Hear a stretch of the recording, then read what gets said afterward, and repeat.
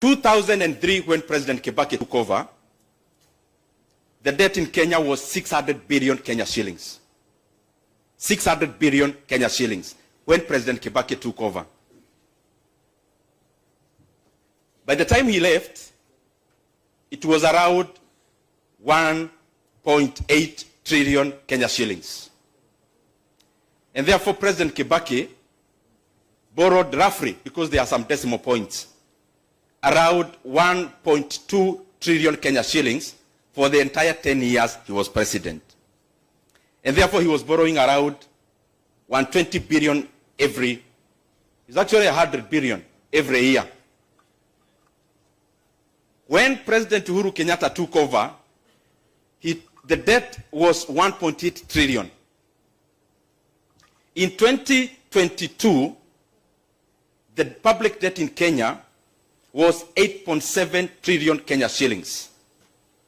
And therefore, he borrowed around, we can say 7 trillion. So in every year, he was borrowing roughly 700 billion shillings. There is a reason I'm giving these figures.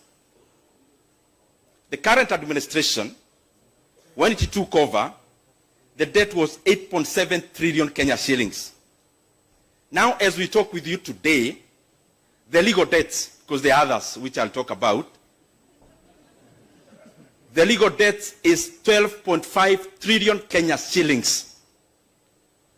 And therefore, in that span of less than 3 years, Kenya has borrowed 3.8 trillion Kenya shillings. And therefore, Kenya is borrowing 1.25 trillion Kenya shillings every year. And therefore, the money Kibaki borrowed in 10 years, we are borrowing every year. And therefore, every day, we are borrowing 3.5 billion shillings every day. So this conference will be here for a week.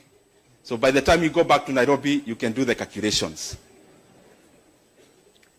That is the legal debt. Those who follow politics of Africa, you must have followed the politics of Senegal last year, where two gentlemen, that is Diomaye Faye and Osman Sonko, they are currently the president and the prime minister respectively, were actually had been locked in by government then. They campaigned for only 10 days and won. Only 10 days. Because people were fed up that time. Upon assuming office in Senegal last year, they realized that the government of President Macky Sall in Senegal had borrowed between 7 to 13 billion US dollars of the book. What is of the book? There is a register the DG, the National Treasury, is referring to.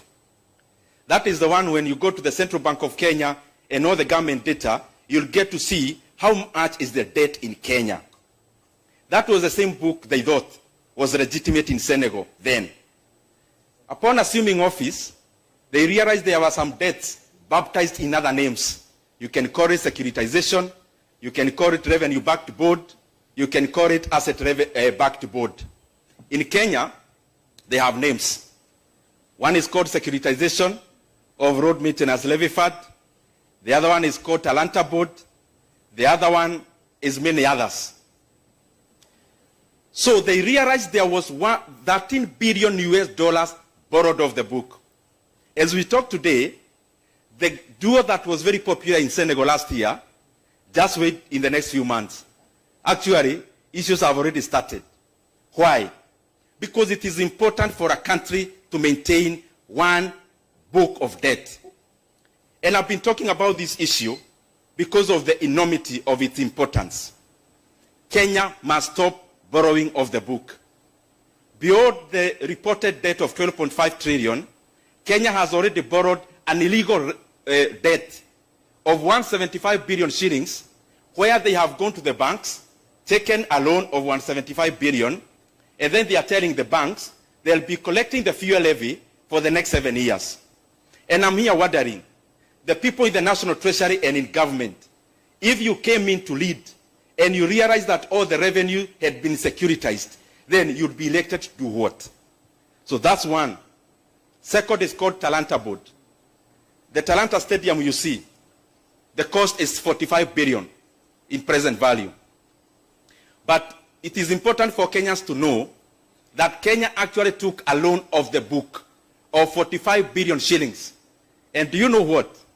Now, we'll be servicing that debt using sports fund. Every month, 500 million shillings. In 15 years, a debt of 45 billion shillings, Kenya will pay an interest rate of 100 billion Kenya shillings. And therefore, the cost of the Talanta Stadium in Nairobi, the one you see on Gong Road, is not 45 billion. It is the most expensive stadium in the world.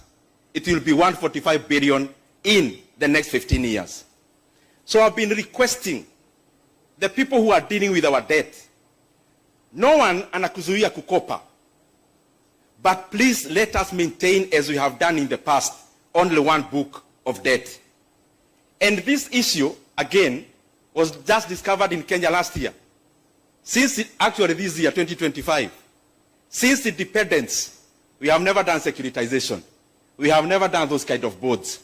It is important that when we get a squeeze on the normal borrowing, let us not expose Kenya by opening other secret, illegal books of loans.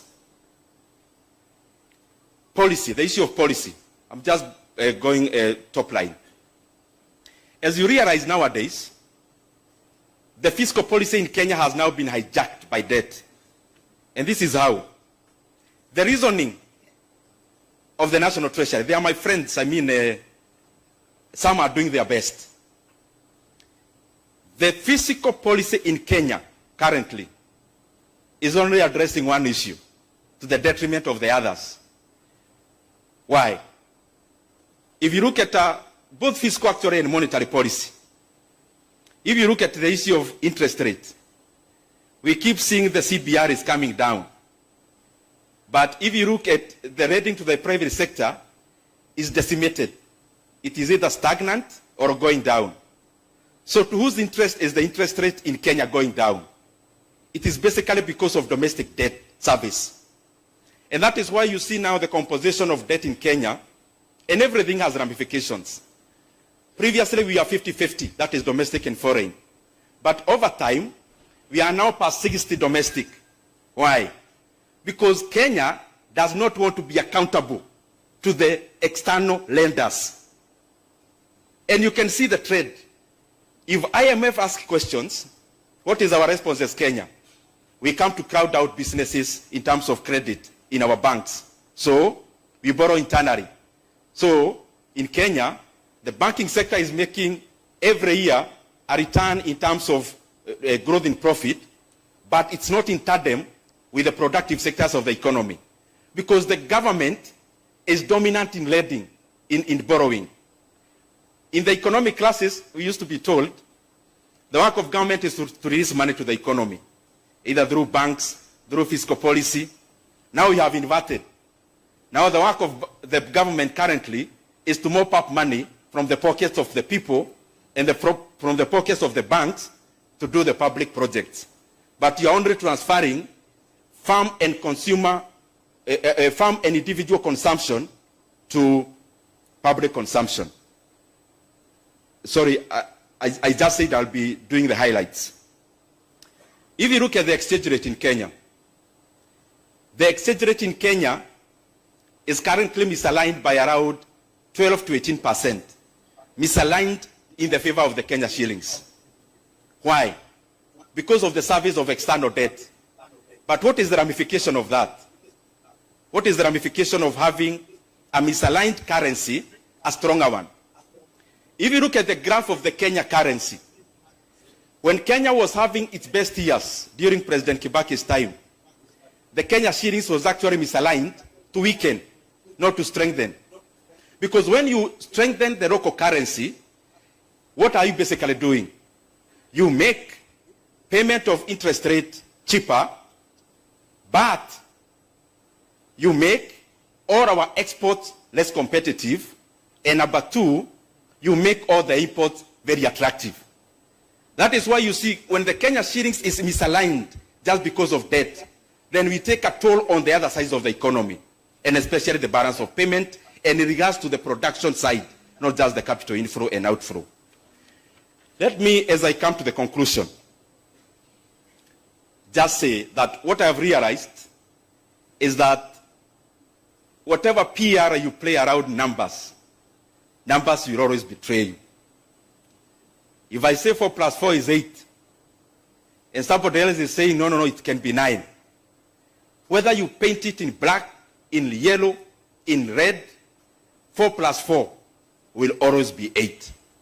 And this is the reason I'm saying that.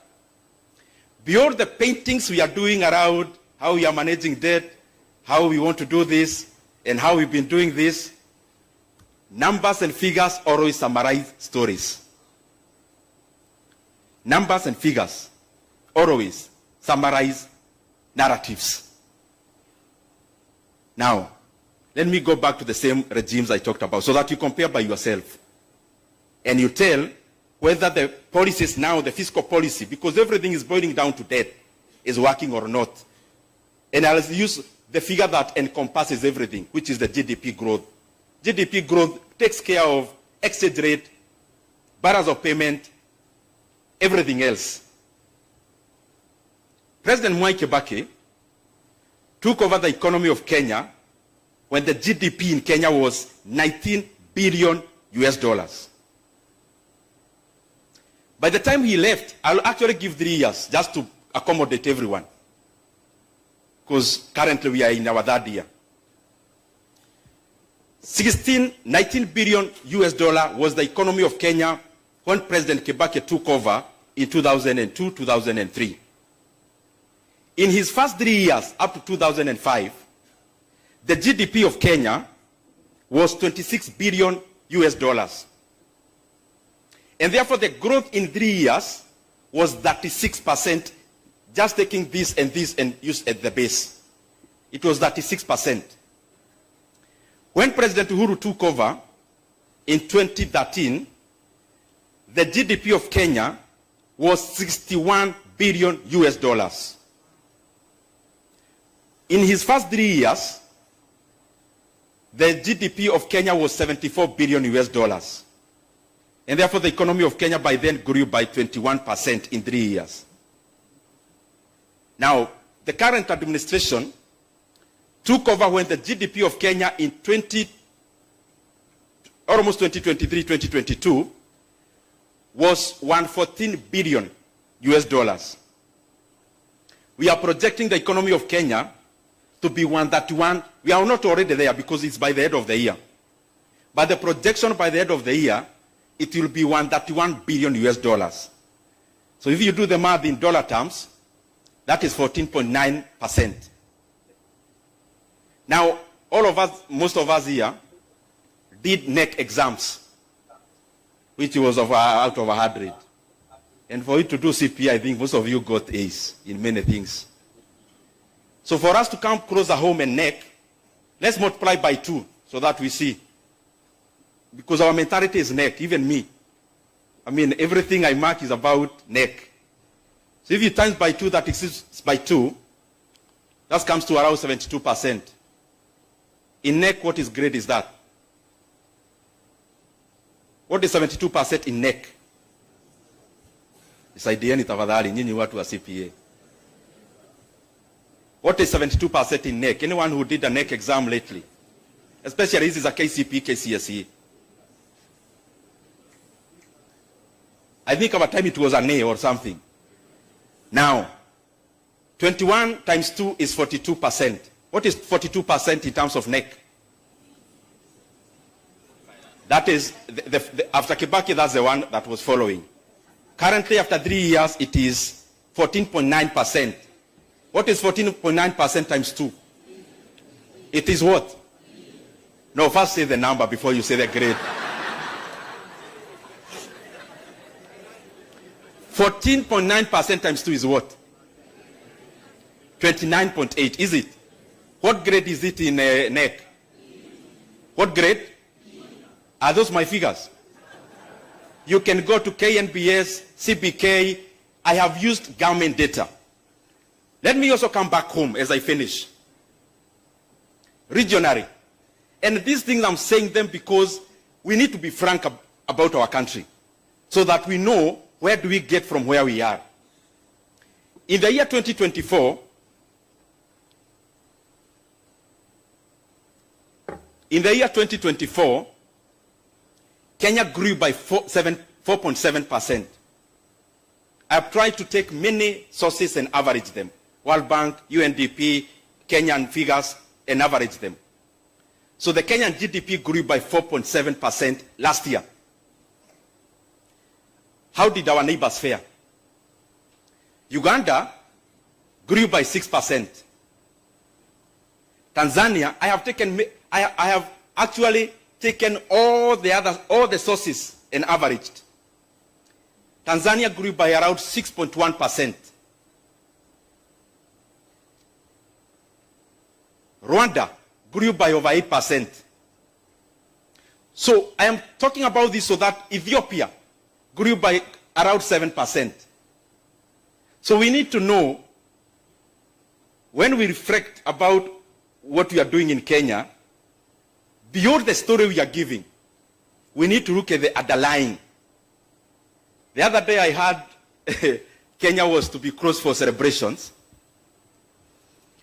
because I heard there was a big announcement that the GDP of Kenya has been projected by IMF to be the number 6 biggest economy in Africa. And I actually thought we are going to have a national holiday to celebrate.